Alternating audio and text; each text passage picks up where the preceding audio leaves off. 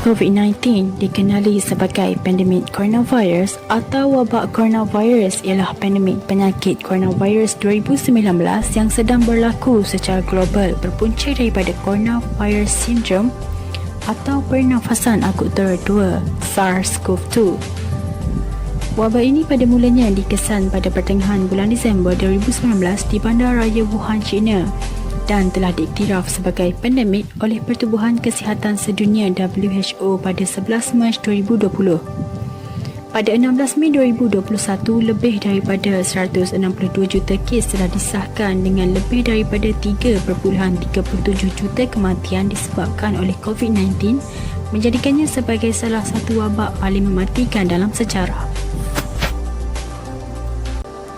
Pada 25 Januari 2020, kes pertama COVID-19 di Malaysia telah disahkan dengan kes-kes yang dilaporkan pada awalnya kekal rendah. Peningkatan kes yang mendadak akibat pimpinan agama pada bulan Mac yang lalu telah menyebabkan peningkatan 2,000 kes dan memaksa Perdana Menteri melaksanakan Perintah Kawalan Pergerakan PKP dari 18 Mac hingga awal bulan Mei, sehingga dilihatkan penurunan dalam kes jangkitan dan sifar kes. Gelombang kedua kes COVID-19 serta tambahan varian baru dari luar negara menyebabkan peningkatan COVID-19 sangat membebankan kesihatan negara. Sehingga kini, kes di Malaysia adalah sebanyak 627,652 kes dengan kes pulih sepenuhnya 541,319 kes dan 3,536 kes kematian serta 82,797 kes masih aktif. Antara nilai yang kita dapat daripada krisis penularan wabak coronavirus ini ialah kita dapat menghargai serta memanfaatkan masa bersama keluarga. Hal ini dikatakan kerana orang ramai banyak menghabiskan masa mereka di rumah. Selain itu, kita juga dapat memahami konsep agama dengan lebih mendalam lagi jika terjadinya krisis penularan wabak coronavirus ini.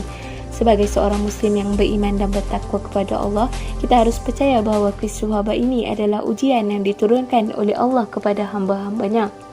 Wabak pandemik COVID-19 telah memberi impak besar atau kesan ke atas semua sektor.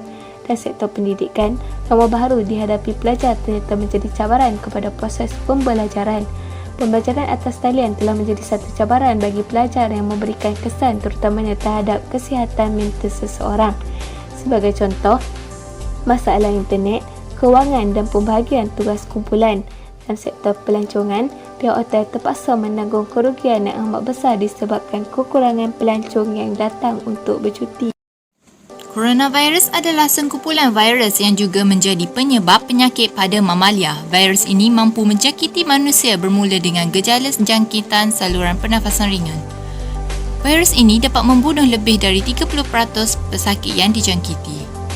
Wabak coronavirus ini telah menjadi salah satu perdebatan di kalangan saintis dan pakar kesihatan pada awal kewujudannya. Ia berasal dari kota Wuhan kerana sikap masyarakatnya yang gemar memakan haiwan eksotik. Coronavirus adalah virus pembawa penyakit dalam kategori zoonosis. Ia adalah virus yang beredar di beberapa haiwan termasuk ular, kelawar dan bahkan katak. Epistemologi adalah kajian mengenai sifat pengetahuan, kebenaran dan rasionalisme kepercayaan. Masyarakat dunia percaya wabak itu berpunca dari sikap manusia yang tidak rasional. Dalam kitab Al-Quran, terdapat banyak ayat yang menguruskan hal-hal pribadi dan setiap aktiviti manusia. Wabak ini disebabkan oleh sikap manusia yang tidak berfikir dan sering melupakan perintah Tuhan. Oleh itu, Islam adalah agama yang menekankan pencegahan penyakit dan kesejahteraan.